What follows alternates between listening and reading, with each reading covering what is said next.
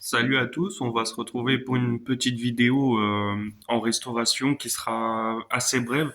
Alors à la base, j'avais fait une petite vidéo de détection, mais dû à quelques problèmes techniques, elle sortira pas. Et dans tous les cas, j'en ai plus les traces à cause d'un problème de carte mémoire. Donc c'était un petit peu compliqué. C'est dommage parce qu'il y avait des superbes images dessus, il y avait des belles trouvailles. Donc, ce que je vous propose, c'est de vous montrer les trouvailles que j'ai ramassées pendant cette vidéo et que vous verrez durant cette restauration.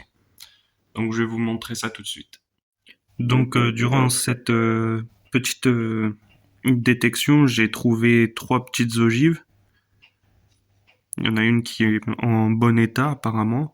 Les deux autres, elles ont été pliées. Mais bon, après celle-là, elle est assez suspecte parce qu'elle n'a pas une tête pointue en fait.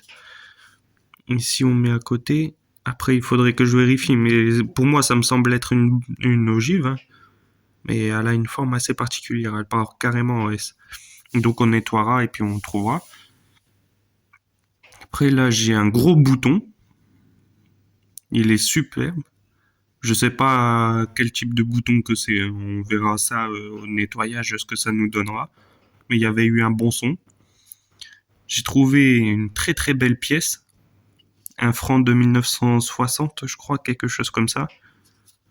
On verra ça après, mais je crois que c'est écrit là. Ouais, c'est ça. Donc, elle est plutôt en très très bon état pour son âge. Et ce petit objet qui m'est assez particulier. Pour moi, je pense que c'est une pièce aussi, mais elle est très très épaisse, hein. Vous le verrez par vous-même. Et c'est très lourd. Donc, je sais pas du tout ce que c'est. Ça va être un peu un Kinder surprise. Allez, on passe au nettoyage.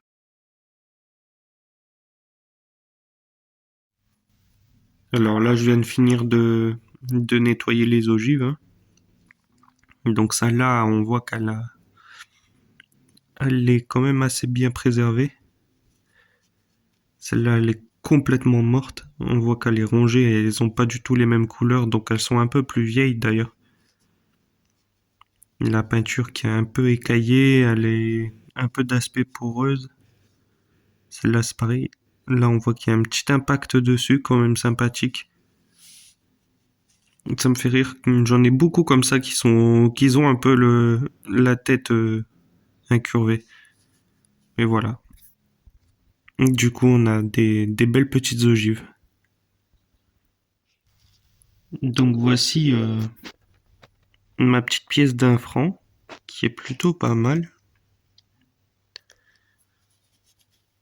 Donc de 1960, hein. Je sais pas encore trop pourquoi elle s'est retrouvée là-bas. Mais elle est vraiment belle, bien préservée. Elle est vraiment sympathique.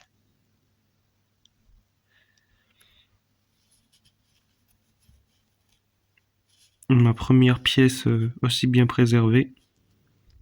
Je suis plutôt content. Un magnifique bouton. Donc de ce que j'ai compris, ça serait un bouton de chasse. Euh, d'une collection assez rare parce qu'il y a que 10 000 exemplaires de ce bouton, de ce que j'ai vu. Il daterait de soit entre 1845 et 1914, donc c'est un très très vieux bouton. Bon, je suis plutôt dégoûté parce que je vais vous montrer derrière. Il y avait des petites inscriptions qui racontaient qu'il venait de Paris. Bah, on le voit un petit peu là, Paris. Mais comme l'arrière était pas mal endommagé, on voit que tout y est craquelé, hein. En le nettoyant, je l'ai un peu explosé. Il y a un morceau de l'attache qui est là. Petite attache qui était derrière. Mais du coup, en nettoyant avec la brosse, ça a explosé. Donc je suis un peu déçu, mais bon. Donc au final, c'est un bouton de chasse, soit de 1845 ou 1914. Il est plutôt pas mal. Donc on voit deux faisans. C'est plutôt sympa. Je vous mettrai en pièce jointe l'image du bouton à l'origine.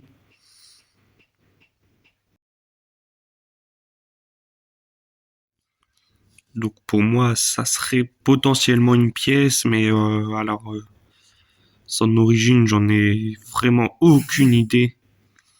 Elle est très très abîmée, elle est plus en bon état. On voit qu'il y a quand même des surfaces qui ont éclaté à droite à gauche.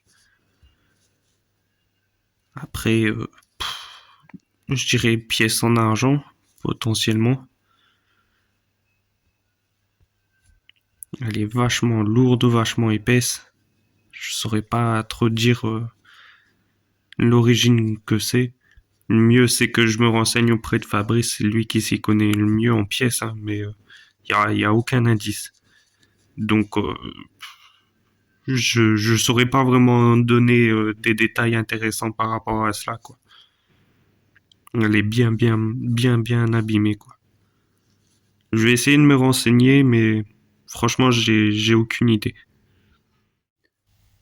Donc voilà, c'est la fin de la vidéo de restauration. J'espère que les trouvailles vous auront plu. Concernant la pièce, après une petite recherche brève, j'ai pu avoir quelques idées sur une potentielle pièce en bronze phénicienne, mais bon, ça m'étonnerait. Peut-être du médiéval. Après, ce qui est intéressant, c'est son estimation qui peut varier quand même un petit peu. De ce que j'ai vu, il y en a qui estimeraient à 300 euros à peu près pour la pièce. Mais bon, après une petite recherche, il faudrait peut-être enquêter un peu plus approfondi. Ou si vous avez des idées, mettez-les en commentaire, hein, on ne sait jamais. Donc voilà.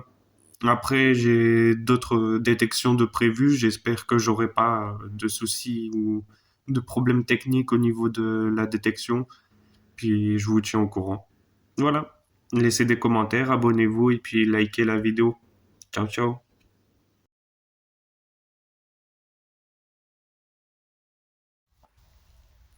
Salut à tous les amis, on va se retrouver pour une nouvelle vidéo en forêt. Donc comme vous le saviez, j'ai eu pas mal de problèmes techniques au niveau de la caméra, tout ça qui ont pas mal merdé.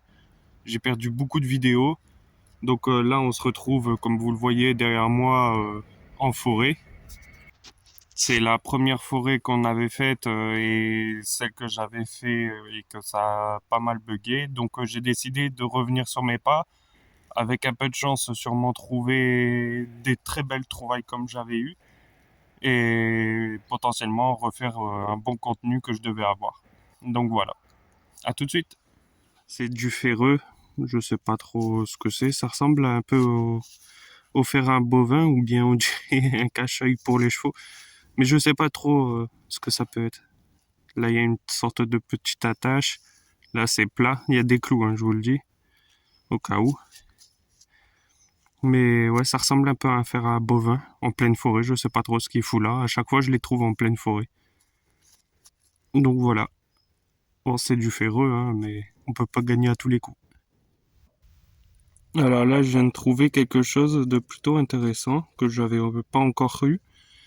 Apparemment, de ce que je pense, ça a l'air d'être une tête de chevrotine à balle, je pense, parce que ça a l'air strié là sur les côtés. Là, il y a un bout rond et pointu au bout, et ça a l'air creux dans le fond. Pour moi, je pense que c'est de la chevrotine à balle. Après, je suis pas trop sûr. Peut-être un embout comment on appelle ça? Donc, des bouchons de jante ou quelque chose comme ça. En tout cas, c'est plutôt sympa. Je verrai mieux à la restauration. Je viens de trouver ceci qui est plutôt intéressant. On dirait une balle qui a été écrasée ou un bouchon de quelque chose, un bouchon comme pour des tubes, comme les tubes de gouache ou quelque chose comme ça, mais ça y ressemble pas du tout. On dirait que là, il y a eu un impact en fait et que ça a explosé dessus. Je pense au nettoyage, ça sera plus évident, mais pour moi, c'est une balle qui a éclaté sur quelque chose de costaud. Un plomb, j'en sais rien. Enfin, c'est assez sympa. Un peu banal, j'ai envie de dire, mais sympa. Alors là, on est sur un gros boulon d'engin agricole ou de camion. Là, c'est tout plat et c'est la tête en fait. Et derrière, on voit bien le côté un peu hexagonal du boulon avec les chaque tranche et le côté creux ici. C'est un objet ferreux, mais bon, ça dépollue au moins. Là, je viens de déterrer un gros morceau de câble de cuivre. Il m'a donné pas mal de fil à retordre, hein, sans faire de jeu de mots. Comme vous voyez, il y a beaucoup de cailloux dans la terre. J'ai eu beaucoup de mal à extraire le câblage, quoi.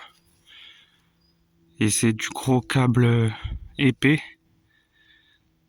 Du câble comme ça, il y en a plus beaucoup qui se fait, hein. Il n'y a même pas de gaine ni rien dessus. Je sais pas trop à quoi il servait, surtout à cet endroit-là. Donc voilà.